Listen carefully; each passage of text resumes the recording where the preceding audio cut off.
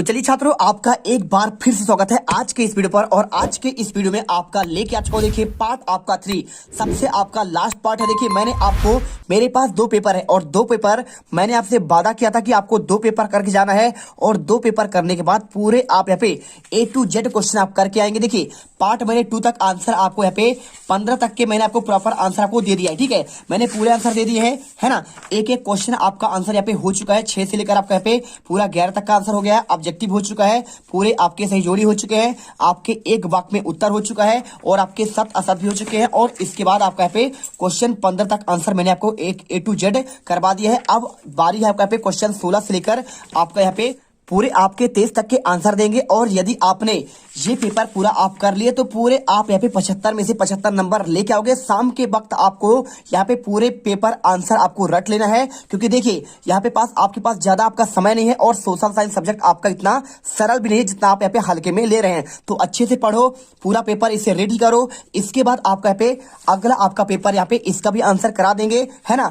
दूसरा आपका जिले का पेपर, तो इसे कर लीजिएगा और पूरे पेपर में आप यहाँ पे धूम मचा दीजिएगा और पेपर में गर्दा उड़ा दीजिएगा। चलिए सबसे पहले बात करूं आपका मैं, तो क्वेश्चन 15 तक का आपका आंसर हो चुका था, है ना। पंचांग और निरंकुश बाद में मैंने इनका पूरा आंसर प्रॉपर आपको दे दिया है। यदि आपने नहीं देखा है तो एक बार जाके आप देख लीजिएगा, वीडियो आपका पूरा यहाँ पे पार्ट 2 का डाला हुआ है। ठीक है, चलिए तो मैंने 6 से लेकर पूरा यहाँ पे आपका 11 और 11 के बाद आपका देखिए क्वेश्चन 12, 13, 14 और 15 इनका आंसर आपका हो चुका है।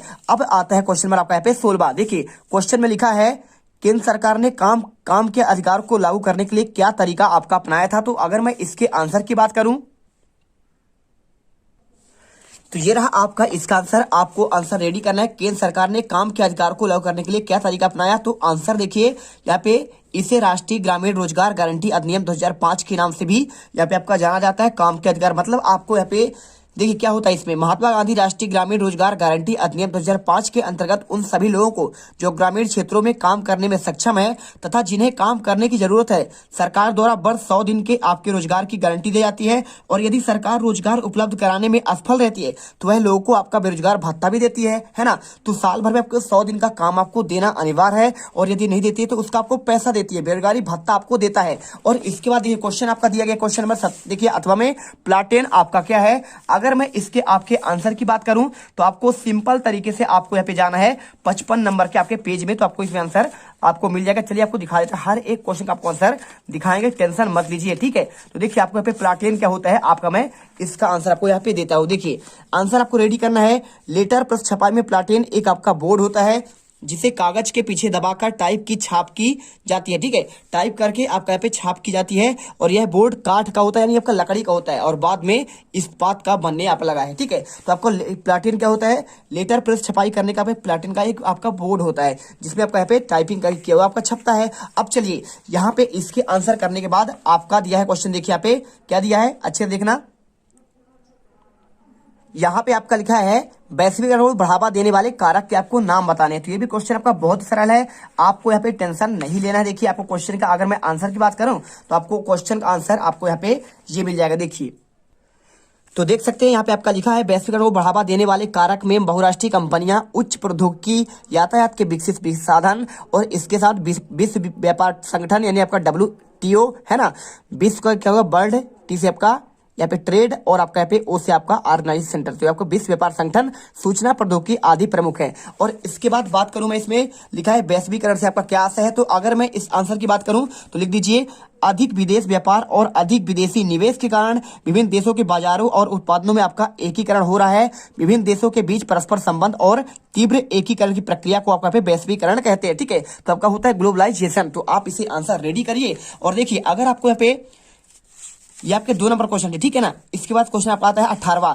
तो 18वां क्वेश्चन यहाँ पे लिखा है वनों से होने वाले प्रत्यक्ष और आपके यहाँ पे अप्रत्यक्ष लाभ। अब देखिए क्वेश्चन 18 से आपके 3 नंबर वाले क्वेश्चन यहाँ पे आना स्टार्ट हो रहा है। तो अगर मैं इनके आंसर की बात करूं तो आपको सिंपल तरीके से आपका 18 का आंसर आपको रेडी करना पड़ेगा। हर एक क्वेश्चन आपको यहाँ पे अच्छे से आपको यहाँ पे रेडी करना है। ठीक है, देखिए अगर मैं इसके आंसर की बात करूं तो आपको यहाँ पे सिंपल तरीके से आपको ये आंसर आपको लिख देना है। देखिए वनों से होने वाले प्रत्यक्ष और आपका यहाँ पे अप्रत्यक्ष लाभ। तो लिखिए आपको, देखिए यहाँ पे पहला क्या है, वनों से हमें इमारती लकड़ी ईंधन कागज के लिए आपका बांस प्राप्त होता है। वायुमंडल की नमी को आकर्षित कर वनों को वर्षा कराने में सहायक होती है। ये वायु के प्रदूषण को कम करते हैं और ये मृदा अपरदन को रोकने में सहायक होते हैं। ये जंगली पशुओं की प्राकृतिक आवास प्रदान करते हैं और ये बाढ़ नियंत्रण को रोकने में आपके सहायक होते हैं। वनों से हमें महत्वपूर्ण जड़ी बूटियां मिलती हैं। वन भू जल स्तर को ऊंचा करने में सहायक होता है। वन मनोहारी आकर्षक क्षेत्र होता है जो पर्यटक के आधार पर आकर्षक बनाते हैं।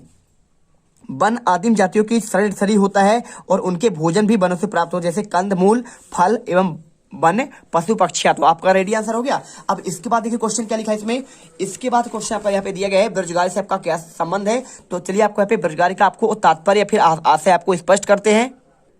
तो ये रहा इसका आंसर। देखिए आपको लिखना है यहाँ पे, वह स्थिति जिसमें कोई व्यक्ति काम करना चाहता है और उसके काम करने की क्षमता भी है किंतु फिर भी उसे काम नहीं मिलता है, उसे बेरोजगारी कहते हैं। तो आप यहाँ पे आंसर कर लीजिए।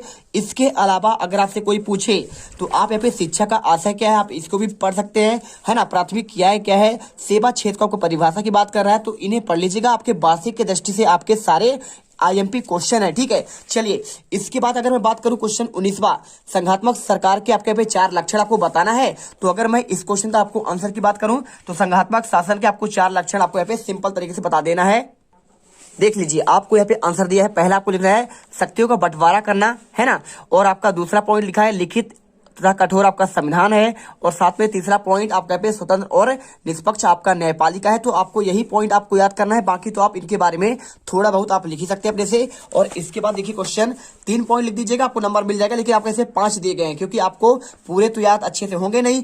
द्विसदनीय विधान पालिका, तो आप यहाँ पे पॉइंट याद कर लीजिए और पढ़ लीजिएगा। यहाँ पे आपको सिंपल था, देखिए आपके यहाँ पे द्विसदनीय मतलब हमारे देश में यहाँ पे आपके 2 सदन है, एक आपका उच्च सदन लोकसभा और आपका निम्न सदन आपका राज्यसभा होता है। दोहरा शासन मतलब क्या होता है, यहाँ पे आपका एक केंद्र का सरकार होता है और एक आपका यहाँ पे राज्यों का सरकार होता है। जैसे देखिए मध्य प्रदेश के मुख्यमंत्री कौन है, शिवराज सिंह चौहान है। तो आपका मध्य प्रदेश का मंत्रिमंडल अलग है और केंद्र में आपके पे नरेंद्र मोदी है, प्रधानमंत्री हैं। तो आपका इसे कहते हैं दोहरा शासन, ठीक है। पूरा देश अलग चलाते हैं और मध्य प्रदेश में अलग चल। देखिए अगर मैं बात करूं केंद्र में, देखिए भाजपा की सरकार है, लेकिन गुजरात में आप जाओगे, आप यहाँ पे राजस्थान में जाओगे तो कांग्रेस की सरकार मिलेगी। तो आपको इस प्रकार से यहाँ पे आपका आंसर करना पड़ेगा। इसके बाद देखिए अभी तो आपका यहाँ पे कांग्रेस सरकार वहां पे नहीं है, कहाँ पे, गुजरात में भाजपा की सरकार है। और इसके बाद देखिए क्वेश्चन आपका यहाँ पे आता है 19 का आपका अथवा क्वेश्चन बहुत ही बेहतरीन क्वेश्चन है। देखिए जैव विविधता क्या है और ये मानव जीवन के लिए क्यों आपका यहाँ पे महत्वपूर्ण है। देखिए जैव विविधता मतलब आपका होता है बायोडाइवर्सिटी होता है, ठीक है। तो अगर मैं आपका इसका आंसर की बात करूं, देखिए जैव विविधता वन जीवन और कृषि फसलों में विविध प्रकार का प्रतीक है और वनस्पति और वन जीव में अनेक प्रकार के पेड़ पौधे, जीव जंतु, मनुष्यों में मानव की अनेक जातियां उपजातियां पाई जाती हैं। और इन्हें आप कहाँ पे देखिए क्या होता है, पूरा आपका जैव विविधता मतलब पूरा देखिए बहुत सारे आपके जीव जंतु है, ये सभी आपके इकट्ठे रहते हैं ना। मनुष्य तो आपका जहाँ पे रहता है यहाँ पे भिन्न भिन्न प्रकार के जानवर मनुष्य पाए जाते हैं, इन्हें कहते हैं आपका यहाँ पे जैव विविधता कहलाता है, बायोडाइवर्सिटी कहलाता है। यानी आपका देखिए एक बगीचा है और उसमें अनेक प्रकार के फूल खुले हैं, मतलब समझने का मतलब आपका वही है। पूरा आपका पे जितने आपके सब कुछ आपको देखते हैं ये आपके सब आपके जैव विविधता यानी आपको डाइवर्सिटी के अंतर्गत आते हैं। और जैव विविधता के कारण मनुष्य को आवश्यकता अनेक प्रकार की वस्तुएं प्राप्त होती है जिसका उसका जीवन पृथ्वी पर बना हुआ है, ठीक है। यदि आपके पेड़ पौधे ना हो तो आप क्या करेंगे, खाना कहां से खाएंगे। और इसके साथ आपके यहाँ पे जंगल ना हो तो आप यहाँ पे लकड़ियां कहां से प्राप्त करेंगे। और यदि इंसान ही ना हो तो वो भी तो आपका प्रॉब्लम है ना। तो हर चीज आपका यहाँ पे सिस्टमेटिक आपका बना हुआ है। आंसर रेडी करिए। इसके बाद क्वेश्चन आता है, देखिए आपका यहाँ पे 20वां, बांग्लादेश के ग्रामीण बैंक पर आपको टिप्पणी लिखना है। कैसे करेंगे आप इसका आंसर। तो चलिए आपको क्वेश्चन आपका 20 का भी आंसर आपको यहाँ पे दे देते हैं क्योंकि हर एक क्वेश्चन का आपको आंसर देना जरूरी है। देख लीजिए आपको यहाँ पे मिल जाएगा बांग्लादेश के ग्रामीण बैंक के आपका यहाँ पे टिप्पणी। तो आप आंसर कर लो। बांग्लादेश ग्रामीण बैंक का सफल इतिहास रहा है और इसकी सफलता सस्ती ब्याज दरों में गरीब को ऋण देने में होता है। और यहाँ पे आपका पूरा लिखे हो, देखिए वहाँ पे 60 लाख कर्जदार है और बांग्लादेश के 40,000 गाँवों में आपके फैले हुए हैं। इससे ऋण लेने वाली ज्यादातर आपकी महिलाएं होती हैं जिनका संबंध समाज के गरीब तबकों से होता है। इनका कर्जदार ने दिखा दिया है कि न केवल गरीब महिलाएं भरोसेदार कर्जदार है बल्कि वे विभिन्न तरह की छोटी आय पैदा करने वाली गतिविधियों को सफलतापूर्वक शुरू करने में चला सकने में आपका सक्षम है। और इसके बाद क्वेश्चन आपका यहाँ पे आता है, देखिए भारत में पंचायती राज व्यवस्था का विस्तार पूर्वक आपको यहाँ पे आपको वर्णन करना है। अगर मैं इसके आंसर की बात करूं तो आपका इसका भी आंसर आपको यहाँ पे मिल जाएगा। देखिए आपको हर एक क्वेश्चन का आंसर बहुत ही बेहतरीन तरीके से आपको दे दिया जाएगा। देख लीजिए आपको आंसर ये मिल जाएगा। तो आप यहाँ पे देखिए क्वेश्चन और आपका यहाँ पे पंचायती राज व्यवस्था का विस्तार पूर्वक वर्णन। तो देखिए सबसे पहले पंचायती राज व्यवस्था मतलब क्या होता है, पंचायत की आपकी व्यवस्था, ठीक है। तो देखिए गांवों के स्तर पर मौजूद स्थानीय शासन को व्यवस्था को पंचायती राज के नाम से जानते हैं। यानी आपका जो यहाँ पे सरपंच होता है, उप सरपंच होता है और आपके पंच होते हैं, इसी व्यवस्था की बात कर रहा है। तो होता कहाँ कहाँ पे देखिए कैसे आपका यहाँ पे इसके ऊपर आपका जिला परिषद काम करता है, जो ग्रामीण स्तर पर होता है। देखिए यहाँ पे ग्रामीण स्तर प्रत्येक गांव में आपका एक ग्राम पंचायत होता है। देखिए 3-4 गांव मिलकर एक आपका ग्राम पंचायत होते हैं, जिनमें आपका एक सदस्य और आपका यहाँ पे एक अध्यक्ष होता है। और जो आपका अध्यक्ष होता है देखिए उसे कहते हैं क्या, यहाँ पे आपका बारडोस चुने जाते हैं, उन्हें पंच कहते हैं। और अध्यक्ष को यहाँ पे सरपंच माना जाता है। तो आप जानते हैं सब कुछ ना। और इसके बाद जो पंच जिसे चुनते हैं उसे कहते हैं आपका यहाँ पे उप सरपंच कहते हैं। और दूसरा आपका देखिए पंचायत समिति होता है। तो आपको यहाँ पे ये वाला पॉइंट पढ़ना है। तीसरा आपका यहाँ पे होता है आपका जिला परिषद। तो आपको अच्छे से इसे पढ़ लेना है। और इसके साथ आपका देखिए यहाँ पे कुछ क्वेश्चन दिए हैं, स्थानीय सरकार और आपके स्थानीय, ये कोई दिक्कत नहीं है। चलिए यहाँ पे संघीय सरकार और आपका एकात्मक सरकार, आप चाहो तो इसे वार्षिक की दृष्टि से आईएमपी मानकर इसे पढ़ सकते हैं, ठीक है। चलिए इसके बाद आपका क्वेश्चन आता है देखिए 21वां नंबर, ऊर्जा के गैर परंपरागत आपके स्रोतों का विस्तार पूर्वक वर्णन करना है। तो अगर मैं इसके आंसर की बात करूं तो आपको सिंपल तरीके से देखिए आपको यहाँ पे आंसर आपको मिल जाएगा। देखिए ये क्वेश्चन आपका यहाँ पे 4 नंबर के आपके दीर्घ उत्तरी क्वेश्चन है। तो आपको दीर्घ उत्तरी क्वेश्चन ही आपको यहाँ पे देखिए आपका दिया गया है, ऊर्जा के गैर परंपरागत स्रोतों के विस्तार पूर्वक वर्णन। देखिए सबसे पहला आपका सौर ऊर्जा, ठीक है। देखिए ऊर्जा के वे संसाधन जो बार बार उपयोग के बाद भी समाप्त नहीं होते हैं, गैर परंपरागत नवीकरणीय, इन्हें नवीकरणीय भी कह सकते हैं, फिर आपका गैर परंपरागत भी कह सकते हैं। मतलब क्या होता है, ये खत्म नहीं होते हैं। सूर्य की रोशनी आप क्या खत्म कर सकते हैं, नहीं कर सकते हैं। इसी प्रकार आपका यहाँ पे हवा ऊर्जा को आपका पवन ऊर्जा बोलते हैं उसे, उसको भी खत्म नहीं कर सकते हैं। इसके साथ देखिए आपका बायोगैस हो गया, और इसके साथ देखिए यानी आपका कचरा, और इसके साथ ज्वारीय ऊर्जा यानी समुद्र में आपका ज्वार और जो भाटा आता है, और भूतापीय ऊर्जा। तो आपको यहाँ पे पॉइंट बाय पॉइंट सौर ऊर्जा, पवन ऊर्जा के बारे में देखिए लिखा गया है यहाँ पे। पवन ऊर्जा का उपयोग कुआं से पानी निकालने के लिए, सिंचाई करने और बिजली पैदा करने में किया जाता है। कहाँ कहाँ पे, गुजरात में, तमिलनाडु में, उड़ीसा में, कर्नाटक में। और सौर ऊर्जा क्या होता है, देखिए भारत में सौर ऊर्जा की अपार संभावनाएं हैं। फोटो वोल्टाइक प्रौद्योगिकी द्वारा धूप के साए में विद्युत में परिवर्तित होता है। और बायोगैस देखिए आपका पे जो आपका कचरा यहाँ पे इकट्ठा होता है शहरों में, तो नगर निगम, नगर पालिका और निजी स्तर पर बायोगैस का निर्माण करके यहाँ पे आपका उपयोग करती है। ज्वारीय ऊर्जा क्या होता है, समुद्र में आपका यहाँ पे तरंगों से आपका बनता है। तो आप यहाँ पे गुजरात और पश्चिम बंगाल जैसे आपके तटीय राज्यों में होता है। और भूतापी मतलब क्या होता है, कोयला के माध्यम से यहाँ पे ऊर्जा प्राप्त करना भूतापी ऊर्जा कहलाता है। और इसके बाद देखिए क्वेश्चन आपका यहाँ पे दिया गया है, इसमें भारत में भाषाई राज्यों का निर्माण क्यों किया गया। तो अगर मैं इसके आंसर की बात करूं तो देखिए बहुत सिंपल आपका आंसर है, आपको ये क्वेश्चन मिल जाएगा आपका दीर्घ उत्तरी वाला। तो भारत में भाषाई आधार पर बहुत ही आर्थिक विभिन्नता पाई जाती है। यानी आपके थोड़े थोड़े दूर जाएंगे तो आप अलग अलग राज्य में आपका अलग अलग भाषा मिलता है, ठीक है। जैसे आप पूर्व में जाएं, असम की साइड जाएं, अरुणाचल में जाएं तो आपको उधर अलग भाषा मिलेगा। और यदि आप यहाँ पे जम्मू कश्मीर साइड जाएं तो अलग मिलेगा, गुजरात में जाए तो गुजराती मिलेगा, और बंगाल में जाए तो बंगाली मिलेगा। तो ऐसे करके तमिलनाडु में जाएंगे तो आपका यहाँ पे तमिल मिलेगा। तो यहाँ पे आपका इसके आधार पर यहाँ पे आपका राज्य का भी गठन कर दिया गया। सबसे पहले देखिए यहाँ पे आपका उसी का आंसर पूरा आपका लिखा गया है। तो आप एक बार अच्छे से पढ़ लो, कोई आपका दिक्कत है नहीं, पूरा आंसर आपको यहाँ पे दिया गया है, ठीक है। तो पढ़ लीजिए। इसके बाद चलते हैं आपका यहाँ पे नेक्स्ट क्वेश्चन आपका 22वां, लिखा है लोकतंत्र में राजनीतिक दलों के विभिन्न भूमिकाओं का आपका चर्चा करना है। अगर मैं इसके क्वेश्चन के आंसर की बात करूं तो राजनीतिक दल के बारे में आपको आंसर आपको ये करना है। देखिए लोकतंत्री राज्य में राजनीतिक दल अनेक प्रकार कार्य करते हैं। इनका मुख्य कार्य देखिए आपका जनमत का आपका निर्माण करना है ना। देखते हो कि राहुल गांधी अभी चला रहे कौन सा, यहाँ पे भारत जोड़ो आंदोलन। तो ये जनमत को इकट्ठा करते हैं, जनताओं को, और इसके बाद चुनाव भी लड़ते हैं। तो बिल्कुल लड़ते हैं, आपके अलग अलग पार्टियों से खड़े होते हैं और लड़ते हैं चुनाव।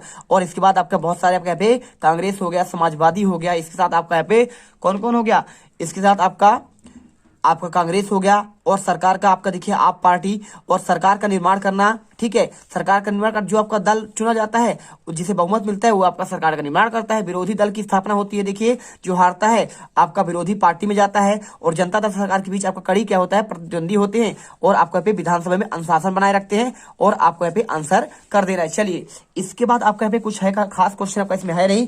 कुछ क्वेश्चन देखिए आपको यहाँ पे क्वेश्चन दिए गए हैं, बहुदलीय प्रणाली से क्या समझते हैं, आप इसे एक बार पढ़ लीजिएगा। साथ में शपथ पत्र क्या होता है, राष्ट्रीय पार्टी किसे कहते हैं, बर्लुस्कोनी कौन है, और दल बदल आपका यहाँ पे क्या है। तो आप एक बार इनको पढ़ लीजिए, राष्ट्रीय दल और प्रांतीय दल में आपको अंतर यहाँ पे आपको पढ़ लीजिए, क्योंकि आपके क्वेश्चन यहाँ पे आपका आएंगे, ठीक है। अगर क्वेश्चन में आपका आए राष्ट्रीय राजनीतिक दलों के कोई आपके 5 कार्य, तो आप यहाँ पे 5 कार्य भी आप यहाँ पे से पढ़ सकते हैं। चलिए इसके बाद क्वेश्चन आपका आता है आपका 22वां हो चुका। अब इसके बाद आता है देखिए आपका 23वां क्वेश्चन आपको दिया गया है, सबने अवज्ञा आंदोलन का आपको वर्णन करना है। तो यहाँ पर देखिए क्वेश्चन आपका दिया गया है, सबने अवज्ञा आंदोलन का आपको वर्णन करना है। देखिए क्वेश्चन आपके यहाँ पे जो क्वेश्चन आपका यहाँ पे ये वाला क्वेश्चन है और आपका यहाँ पे ये वाला क्वेश्चन, तो आपका क्वेश्चन आपका रिपीट हुआ है, तो इसके जगह में आपका यहाँ पे क्वेश्चन आपका दूसरा है। आपको मैं बताऊं कौन सा क्वेश्चन आपको यहाँ पे रेडी करना है। देखिए अगर मैं इसके आंसर की बात करूं, सबने अवज्ञा आंदोलन की, तो देखिए अगर आपको सबने अवज्ञा आंदोलन की बात करें तो आप यहाँ पे लिख दीजिए, देखिए गांधी जी ने सबने अवज्ञा आंदोलन शुभारंभ नमक कानून का उल्लंघन कर किया था। कैसे किया था? देखिए 12 मार्च 1923 को गांधी जी ने दांडी के लिए प्रस्थान किया और यह घटना दांडी यात्रा के नाम से, आपने दांडी मार्च सुना होगा ना, कब? 12 मार्च 1930 को इन्होंने स्टार्ट किया था, आपको लिखना है, ठीक है। नमक कानून का यहाँ पे आपका विरोध किया था और इसके बाद देखिए नमक कानून तोड़कर नमक बनाया जाए और इनका मांग किया था, देखिए विदेशी वस्त्रों को त्याग कर उनकी होली जलाई जाए, शासकीय नौकरी को छोड़ा जाए और जनता सरकार को ना दे, ठीक है। चलिए जनता सरकार को आपको कर ना दे, कर यानी आपका यहाँ पे जो आपको दिया जाता है, ठीक है, जानते ही कर यानी आपका जीएसटी जो होता है, तो आपको ना दे। और इसके अलावा देखिए क्वेश्चन आपको इन दोनों के आधार क्वेश्चन आपका रिपीट है, तो इनके जगह में आपको क्वेश्चन आपको यहाँ पे रेडी करना है आपका जी वाला। देखिए हर एक क्वेश्चन आपको समझा देंगे कौन सा क्वेश्चन आपको यहाँ पे रेडी करना है। देखिए आपका यहाँ पे जलियांवाला बाग का आपको हत्याकांड, ठीक है, तो आपको देखिए अच्छे से आपको यहाँ पे जलियांवाला बाग का हत्याकांड आपको लिखना है। रॉलेट अधिनियम 1919 को लागू हुआ था और विरोध में पूरे देश में आवाज उठी। पंजाब में रॉलेट अधिनियम का विरोध हुआ था। पंजाब में ब्रिटिश सरकार ने अपने जगह जगहों पर लाठी गोली चलवाई थी और 10 अप्रैल को कांग्रेस के दो प्रभावशाली नेता सत्यपाल और आपका डॉक्टर सैफुद्दीन किचलू को गिरफ्तार कर लिया गया था। और 13 अप्रैल बैसाखी के दिन जब इसका आपका दिन देखो विरोध सभा हुआ, तो वहाँ पे जनरल ओडायर ने अपने सैनिकों के साथ पहुंचा और लगातार लगभग 800 से अधिक व्यक्ति मारे गए थे और 2000 लोग आपके घायल हुए थे। तो उसे को देखिए आपका पे जलियांवाला वाला हत्याकांड अमृतसर में होता, आपने सुना होगा इसका नाम, आप इसे याद करिए। इसके अलावा आप देखिए यहाँ पे आपको याद करना है, साइमन कमीशन पर आपको टिप्पणी पढ़ना है। तो आप यहाँ पे साइमन कमीशन के बारे में आप एक बार पढ़ लीजिएगा, ठीक है। यहाँ पे आपका लिखा साइमन वापस जाओ का नारा इन्होंने दिया था। और इसके अलावा देखिए आपको यहाँ पे दांडी मार्च के बारे में आपका क्वेश्चन आपको यहाँ पे ये मिल जाएगा। तो दांडी मार्च भी आप यहाँ पे क्या समझते हैं, आप इसे पढ़ लीजिएगा पूरा। आपको देखिए 78 या सहयोगी के साथ आपके यात्रा में भाग लिया था और इन्होंने जो है नमक कानून यहाँ पे तोड़ा था। तो आपको इसके बारे में यहाँ पे लिखा गया है, इसे पढ़ लीजिएगा। और इसमें कोई खास क्वेश्चन आपका है नहीं, है ना, तो आप यहाँ पे पढ़ लीजिए इनको। और इसके अलावा देखिए क्वेश्चन आपका यहाँ पे कुछ आपका है नहीं। इसके बाद क्वेश्चन आपका जो नेक्स्ट क्वेश्चन है आपको यहाँ पे देखिए नेक्स्ट पेपर आपको इसके बाद आपको उसका आंसर आपको मिल जाएगा, ठीक है। तो फटाफट आप इन्हें याद कर लो, क्योंकि आपका ये क्वेश्चन यदि आप रेडी कर लेते हैं तो आप यहाँ पे पूरे के पूरे 75 में से 75 नंबर लेके आओगे। तो यहाँ पे आपका पेपर यहाँ पे समाप्त होता है। मिलते हैं आपके अगले एक नेक्स्ट वीडियो पर, और उस वीडियो में आपका पे देखिए आपका दूसरा पेपर, आपका जो दूसरे जिले का पेपर है, हम आपको इसको करवा देंगे 2 पेपर में। आप यहाँ पे पूरा A to Z क्वेश्चन आपका बाहर नहीं जाएगा। कोई भी आपका जिला हो, कैसा भी आपका पेपर हो, पूरे आपके यहाँ पे नंबर आएंगे 75 में 75 और आप यहाँ पे पेपर में गर्दा उड़ा दोगे, ठीक है। जय हिंद, जय भारत। तुम लोग गलती से अगर नए हो तो सब्सक्राइब करो, वो जो लाल वाला बटन है उस पर अपने जीजा जी फेंक के मारो या फूफा जी, मुझे नहीं पता, बस क्लिक हो जाना चाहिए। अब मैं भी जा रहा हूं, मुझे मुठिया पेलने जाना है। बाय। वो है